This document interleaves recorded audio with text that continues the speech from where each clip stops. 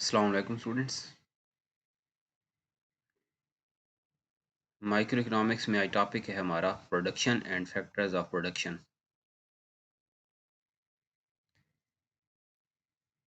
आज के लेक्चर में हम डिस्कस करेंगे कि कौन कौन से ऐसे फैक्टर्स हैं, प्राइमरी फैक्टर्स, जो अगर कोई भी पर्सन, कोई भी मैन्युफैक्चरर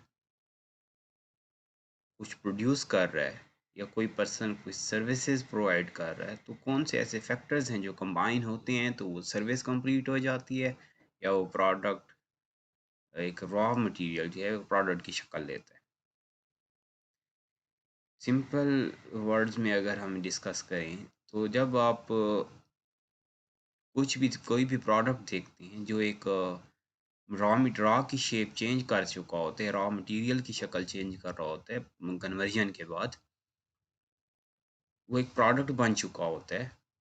तो वो प्रोडक्ट बेसिकली डिफरेंट यूनिट्स या डिफरेंट सेक्टर्स की एफर्ट्स के बाद प्रोड्यूस हुआ होता है। यानी वहाँ कुछ लेबर ने काम किया होता है, वहाँ मशीनरी की एफ़र्ट्स होती हैं, वहाँ आप कह सकते हैं कि ऑर्गेनाइज़ेशन की एफ़र्ट होती है। ये एफ़र्ट्स जब कंबाइन होती हैं, तो वो एक प्रोडक्ट बनता है, जिसे हम कहते हैं कि प्रोडक्शन प्रोसेस। लेकिन जब आप देखते हो कि ये प्रोडक्शन प्रोसेस में कुछ फैक्टर्स थे और जब ये फैक्टर्स कंबाइन हुए, जब ये फैक्टर्स एक्युमुलेट हुए, तो यहाँ एक प्रोडक्ट कंप्लीट हुआ। तो प्रोडक्शन के लिए कुछ प्राइमरी फैक्टर्स हैं जिनका होना ज़रूरी है, जैसे कैपिटल का होना ज़रूरी है, मीन्स फंड्स का होना ज़रूरी है, इंफ्रास्ट्रक्चर का होना ज़रूरी है, ऑर्गेनाइजेशन का होना ज़रूरी है, रॉ मटेरियल का होना ज़रूरी है, या आप कह सकते हैं मशीनरी का होना ज़रूरी है, लेबर का होना ज़रूरी है, यानी वर्कर्स का, मैन का होना ज़रूरी है, ह्यूमन रिसोर्स का होना ज़रूरी है। तो ये कुछ फैक्टर्स हैं जो डिपेंड करते हैं नेचर ऑफ प्रोडक्शन पे, nature of the process of production पे।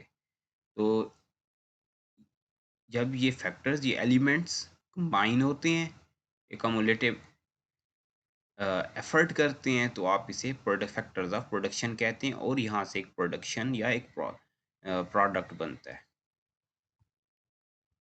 तो फर्स्ट स्लाइड में हम कुछ डिस्कस करते हैं कि प्रोडक्शन की क्या मीनिंग लेंगे इकोनॉमिक्स में हम।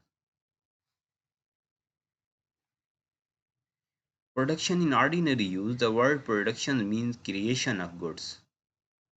But according to economics, production refers to all activities undertaken to prepare or supply of goods and services to satisfy people's want, and for which they are willing to pay a price. Production takes places in two forms: production of goods and supply of services. यानी production of services या supply of services. हमने ये कहा कि अगर हम simple general words में बात करें तो हम कहते हैं कि production means when you create something, when you produce something, the whole process is called production. लेकिन अगर आप इकोनॉमिक्स में बात कर लें, इकोनॉमिक्स पॉइंट ऑफ व्यू से देख लें, production refers to all activities undertaken to prepare और सप्लाई ऑफ गुड्स। या तो गुड्स को प्रिपरेशन पे बात आ जाए, गुड्स की क्रिएशन पे बात आ जाए, गुड्स की प्रोडक्शन पे बात आ जाए, तो आप इसे प्रोडक्शन कहते हैं। हाँ, ये भी हो सकता है supply of goods and services, यानी गुड्स की सप्लाई जो है ये भी प्रोडक्शन का प्रोसेस होता है, ट्रांसपोर्टेशन जिसे आप कहते हैं। ठीक है, यानी प्रोडक्ट प्रोड्यूस हो गया तो वेयर हाउस में पड़ा नहीं रहेगा वो, उसको सप्लाई करना, जो सप्लाई कास्ट आएगी, ये कास्ट भी प्रोडक्शन में चली जाती है। जो खर्चा आएगा ये भी प्रोडक्शन का खर्चा होता है।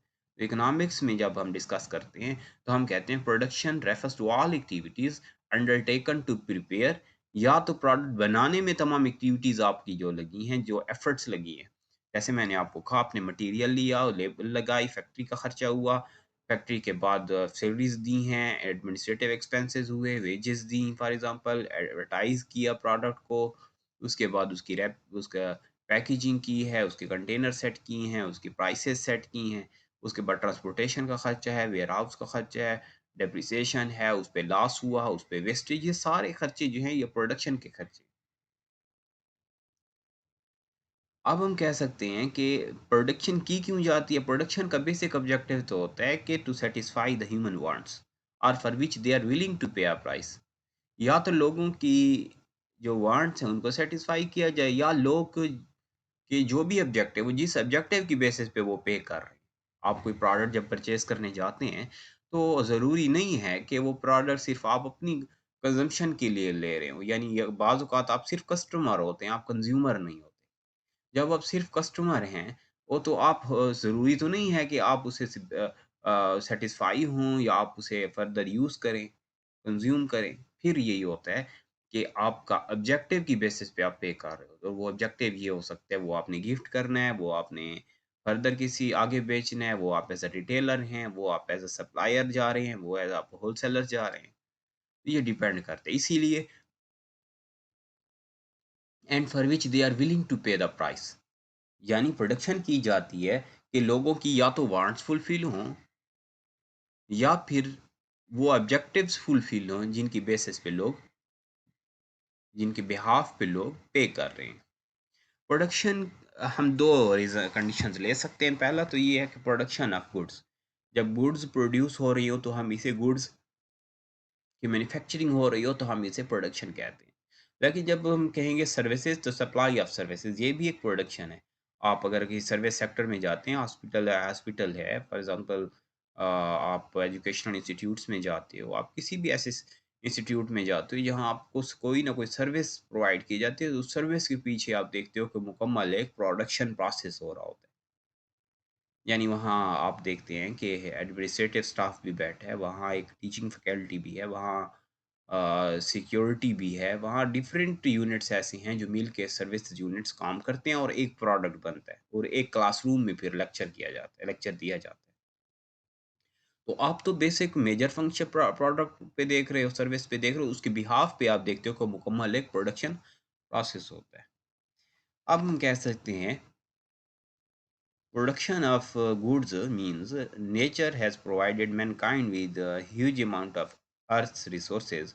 Some of these can directly consumed like spring water and air, but most of these require human effort to change them into form, which can better satisfy our needs.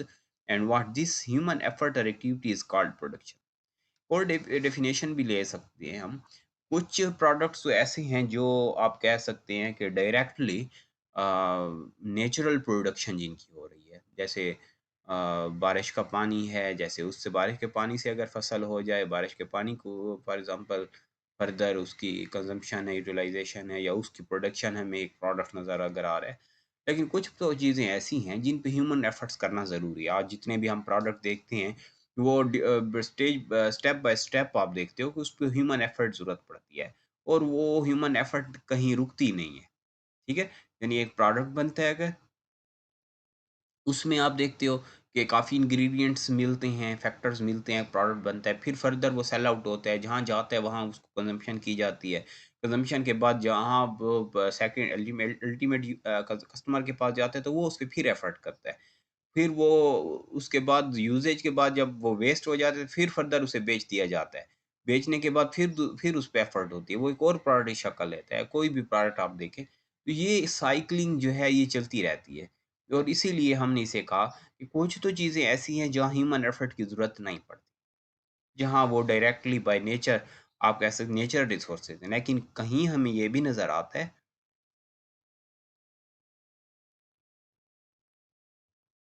यानी मेजॉरिटी केसेस में हमें ये नज़र आता है कि human efforts भी ज़रूरत पड़ती है, मशीनरी की ज़रूरत पड़ती है, मैन मेड प्रोडक्ट्स जब हमें नज़र आते हैं, तो जब आप कह सकते हैं कि एफर्ट्स या डिफरेंट इंग्रेडिएंट्स या फैक्टर्स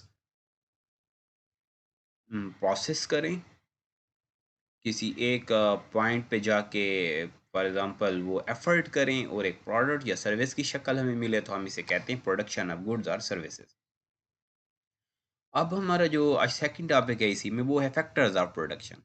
यानी कौन-कौन से ऐसे फैक्टर्स हैं प्राइमरी और सेकेंडरी, जो जिनका होना ज़रूरी है किसी भी प्रोडक्शन में। आप कहीं भी जाएँ, आप कुछ प्रोडक्ट देखते हैं, आप कोई सर्विसेज़ की क प्रोडक्शन देख रहे हैं, कोई सर्विसेज़ अवेल करते हैं या कोई प्रोडक्ट आप प्रोड्यूस कर रहे हैं या कोई प्रोडक्ट आप परचेज़ करते हैं, वो ऑलरेडी प्रोड्यूस्ड है, तो वहाँ आपको नज़र आता है कि कुछ प्राइमरी फैक्टर्स, कुछ सेकेंडरी फैक्टर्स जिनका होना ज़रूरी है, जिनके बगैर ये प्रोडक्ट नहीं बन सकता। फिर मैंने आपको वही कहा, ये डिपेंड करता है नेचर ऑफ प्रोडक्ट पे, nature of process of production पे, कि वहाँ क्या सिर्फ़ यही प्राइमरी फैक्टर ज़रूरी हैं, या इनके अलावा भी कोई फैक्टर ऐसा है जो प्राइमरीली जिनकी इसकी अवेलेबिलिटी ज़रूरी है। जैसे है कि all things which we need to provide goods and services are called factors of production. आपको प्रोडक्शन के लिए जो भी चीज़ चाहिए, उसे आप फैक्टर कहेंगे। आपको मैं कहता हूँ आपको स्टडी के लिए क्या-क्या चीज़ें चाहिए, आप कहते हैं स्टडी के लिए आपको पैसा चाहिए, आपको कोई फाइनेंस करे, इसका मतलब है आपको कैपिटल चाहिए। आप कहते हैं कि इसके लिए हमें इंफ्रास्ट्रक्चर चाहिए, इसके लिए जो फॉर एग्ज़ाम्पल स्टेशनरी है चाहिए, इसके लिए बुक्स चाहिए, तो ये ज़रूरी फैक्टर्स हैं। इन फैक्टर्स का होना ज़रूरी है। अब ऑनलाइन एजुकेशन है तो उसके लिए कौन-कौन से फैक्टर्स हैं जो ज़रूरी हैं? आप कहते हैं हम इंटरनेट कनेक्टिविटी का इश्यूज़ ना हो हमें।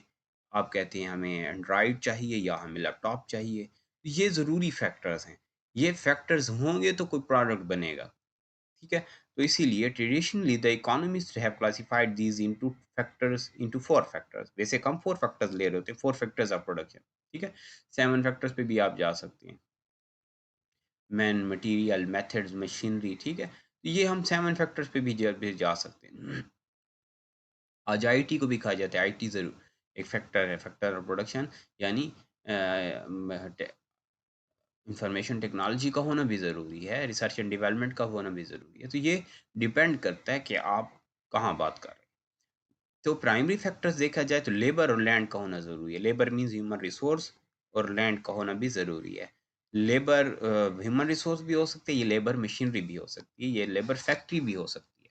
इसी तरह लैंड का होना ज़रूरी है। आप कोई भी काम ऐसा नहीं है कि हवा में हो, उसके लिए आपको एक आप कह सकते हैं सॉलिड आपको स्पेस चाहिए, लैंड चाहिए आपको, जहाँ आप कुछ इंस्टॉल कर पाएँ, जहाँ आप इंफ्रास्ट्रक्चर इंस्टॉल कर पाएँ, जहाँ आप बिल्डिंग बना पाएँ, जिसको आप यूज़ कर पाएँ, जिसको आप अगर इरिगेशन है तो उसके लिए यूज़ कर पाएँ। अगर आप एग्रीकल्चरल प्रोडक्शन कर रहे हैं तो वहाँ भी लैंड का होना ज़रूरी है। उसके अलावा जो भी प्रोडक्शन हो या सर्विसेज़ दी जाए तो लैंड का होना ज़रूरी है। तो ये तो 2 हम प्राइमरी ले रहे हैं, लेबर एंड लैंड। लैंड और लेबर का ये प्राइमरी फैक्टर्स हम कह रहे हैं। इनके बगैर तो प्रोडक्शन नहीं हो सकती।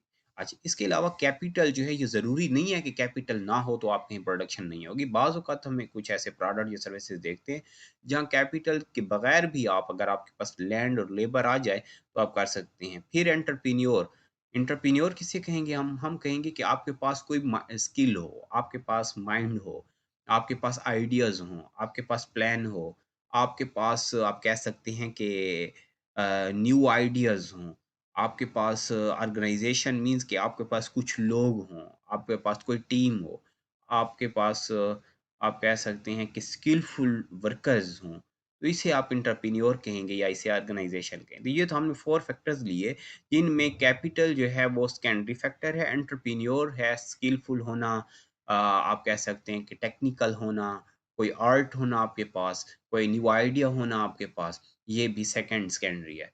ज़रूरी नहीं है कि आइडिया सिर्फ़ आइडिया होगा तो काम शुरू करेंगे, ज़रूरी नहीं है कि स्किलफुल हैं तो काम शुरू करेंगे, ठीक है? तो ये तो हमारे पास हुआ 4 फैक्टर्स ऑफ प्रोडक्शन। अब इसी में हम कह सकते हैं the first 2 are termed primary factors since they are basic and do not depend on some previous economic activity. They are the starting point of any economic activity. The secondary factors are the result of some economic efforts done on primary factors. Some economists prefer to talk of only 3 factors. They want to include organization in labor. तो बाज़ औक़ात यही होता है कि entrepreneur को labour में भी इन्वॉल्व कर दिया जाता है, तो कुछ इकोनॉमिस्ट फिर से 3 बेसिक फैक्टर्स कहते हैं कि लेबर, लैंड और कैपिटल का होना सिर्फ़ ज़रूरी है। लेकिन बाज़ औक़ात ये होता है लैंड और लेबर हो तो बाकी फैक्टर्स फिर जनरेट होना शुरू हो जाते हैं। तो ये 2 तो ज़रूरी हैं, लैंड और लेबर, ये फैक्टर स्टार्टिंग पॉइंट है किसी भी प्रोडक्शन के लिए। फैक्टर्स आर कॉल्ड इनपुट्स और रिसोर्सेस। हम अब फैक्टर्स को डिफाइन कर रहे हैं, फैक्टर्स क्या होंगे? फैक्टर्स को आप इनपुट भी कह सकते हैं, फैक्टर को रिसोर्स भी कह सकते हैं अपना, ठीक है? आपके पास कोई रिसोर्स हो जिसको आप यूटिलाइज करें, जिसको आप कंज्यूम करें, जिस पे आप एफर्ट करें, जो आपके एफर्ट को हेल्प आउट करे, या आप कह सकते हैं कि इनपुट्स, इनपुट्स मीन्स कि आप अगर प्रोडक्शन कर रहे हैं तो जैसे मैंने आपको रॉ मटेरियल इनपुट है, लेबर इनपुट है, फैक्ट्री ओवरहेड या फैक्ट्री इनपुट है, मशीनरी इनपुट है, आईटी इनपुट है, आपके सामने कंप्यूटर सिस्टम है, ये सारा इनपुट है, आपके सामने आपके वर्कर्स हैं, ये इनपुट, ये तमाम इनपुट जब एफर्ट करता है, डिफरेंट एक्टिविटीज परफॉर्म करता है, तो आपके सामने एक आउटपुट आता है जिसे आप कहते हैं गुड्स और सर्विसेज। अब मैं फर्स्ट फैक्टर ले रहा हूँ, ये मैंने बुक से ही कुछ स्लाइड ली हैं ताकि आपके लिए इजी हो, स्टूडेंट जो बुक साथ देख रहे हैं। लैंड, नेचुरल रिसोर्स, पहला हम फैक्टर ले रहे हैं लैंड, जिसे हम नेचुरल रिसोर्स कह रहे हैं। यहाँ हम नेचुरल रिसोर्स कह रहे हैं क्योंकि यहाँ हम कुछ आप कह सकते हैं कि वाइडर एक्सप्लेनेशन में जा रहे हैं। अगर आप अकाउंटिंग की बात करते हैं तो वहाँ हम लैंड को नेचुरल रिसोर्स पे नहीं रखते। Land is a basic resource without which nothing can be produced. The term land means all the free gifts of the nature, natural resources available for human use. यानी land हम कह रहे होते हैं कि वो तमाम नेचुरल रिसोर्सेज, लैंड में अब तमाम फैक्टर्स आ जाएंगे। सिर्फ लैंड में आप नहीं कह सकते कि आपके पास कोई वेकेंट प्लॉट है या आपके पास कोई एग्रीकल्चर लैंड है, सिर्फ ये नहीं होगा। इसमें वो तमाम रिसोर्सेज नेचुरल होंगे जो आपकी प्रोडक्शन में आपको हेल्प आउट करें, नेचुरल रिसोर्सेज। ठीक है, this includes land surface for farming or building, soil, minerals, forests, mountains, deserts, rivers, seas, location, climate etcetera. तो अब आप क्लियर हो चुके हैं, ये तमाम फैक्टर्स अगर आपकी प्रोडक्शन में आपको कोई भी इसमें से फैक्टर जरूरत पड़े, आप यूज कर रहे हैं, आप उसको इंग्रेडिएंट बना रहे हैं, उसको इनपुट बना रहे हैं, आपका रिसोर्स है, तो आप इसे कहेंगे कि ये तो लैंड है और इसका होना जरूरी है, ये प्राइमरी फैक्टर है। Land has some special characteristics. First, it is free gift of nature and has no cost of production. Its total supply is fixed and it lacks geographical mobility. यानी land में हम बाकी तो सिर्फ land में नहीं कहूँ कह रहा, यहाँ मैं नेचर रिसोर्सेज तमाम की बात कर रहा हूँ। पहली बात ये है कि फ्री गिफ्ट ऑफ नेचर है। ठीक है, यानी पेमेंट तो आप करते हो लैंड के लिए, या आप रेंट पे कर रहे होंगे या आप परचेज अगर की है तो उसकी पेमेंट आपने की होगी अगर प्रोडक्शन में। लेकिन यहाँ सिर्फ लैंड नहीं है। ठीक है, लैंड आपको पता है डेप्रिसिएट नहीं होती, अगर सिर्फ लैंड को तो लैंड एप्रिसिएट होती है, लेकिन यहाँ हम नेचर रिसोर्सेज कह रहे हैं।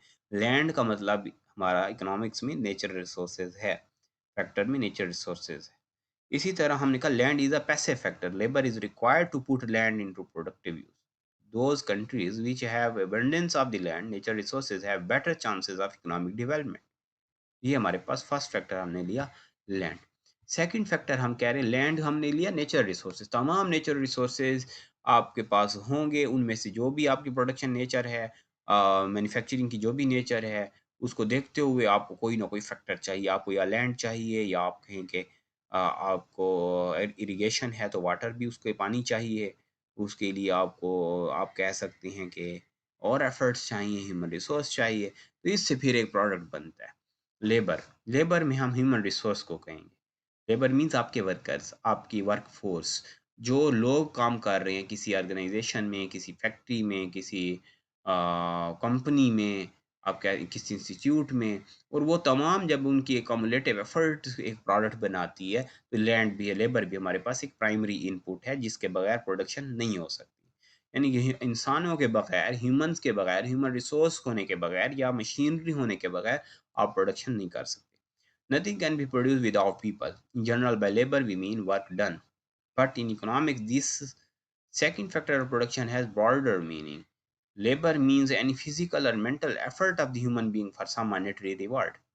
यानी जब आप कोई मॉनेटरी रिवार्ड लेने के लिए लोगों की ह्यूमन एफर्ट, उनकी स्किल, उनकी आर्ट, उनकी आप कह सकते हैं कि उनकी एफर्ट्स, इनको जब आप यूज़ करें, उसके लिए पॉइंट उसको आप पे कर रहे हो, मॉनेटरी रिवार्ड के लिए ये काम कर रहे हैं, तो इसे आप कहेंगे ये लेबर है। For example wage, for example work of barber जैसे कहा गया है, क्लर्क है, टीचर है, doctor, an officer, or different forms of labor.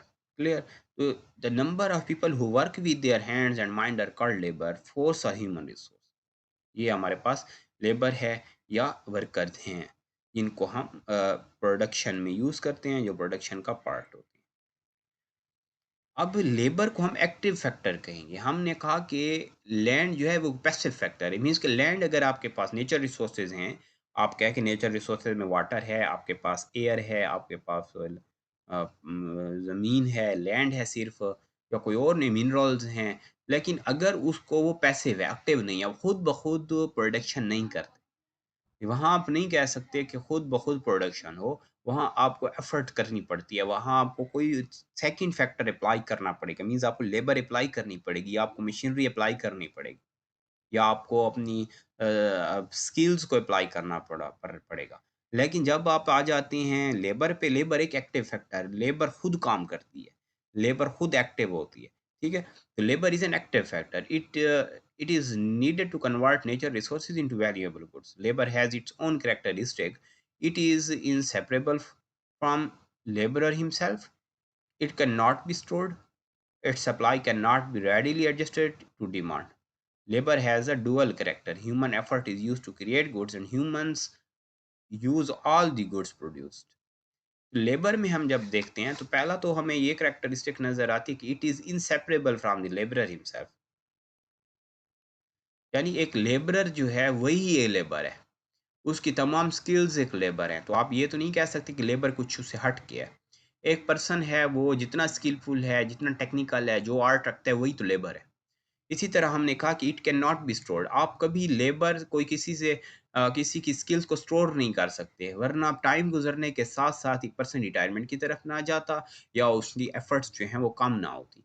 जैसे टाइम गुजरता जाता है, एक बंदे की स्किल जो है वो उनमें डेप उसमें एमर्टाइजेशन कह दें या इम्पेयरमेंट कह दें आना शुरू हो जाए, उसमें वीकनेस आना शुरू हो जाती है, उसकी क्वालिटी डिक्लाइन होना शुरू हो जाती है। तो ये टाइम गुजरे, तो अगर ऐसा होता कि आप उसे स्टोर कर लेते, तो लेबर एफर्ट्स को स्टोर नहीं किया जाता है, लेबरर को स्टोर नहीं किया जाता, जितना घंटे में जितना काम करेगा उसको वही पे किया जाएगा, वही वो उसकी पेमेंट ले लेता है। तो ये हमने कहा कि labour can't be stored, its supply can not be readily adjusted to demand. फिर ये है कि जो डिमांड हो, ज़रूरी नहीं है कि उतना, जितनी एफर्ट्स हैं वो तमाम एफर्ट्स कोई भी पर्सन पुट अप नहीं कर सकता, वो तमाम एफर्ट्स किसी भी प्रोसेस में पुट अप नहीं कर सकता। यानी एक पर्सन की skills time to time improve हो रही होती हैं।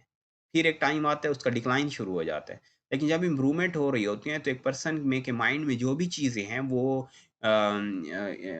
आप कह सकते हैं वन्स इन टाइम आप पुट अप नहीं कर सकते। अगर एक पर्सन 100% जो उसकी स्किल्स हैं उसमें उसका 60% 50% वो दे पाता है और एक चीज़ बना पाता है। Labour has a dual character, labour को हम डुअल कैरेक्टर में रखते हैं। जो पर्सन प्रोडक्ट बनाता है वही तो फिर अल्टीमेटली उसे यूज़ करता है। वही उसका कंज़्यूमर होता है, वही उसका यूज़र होता है।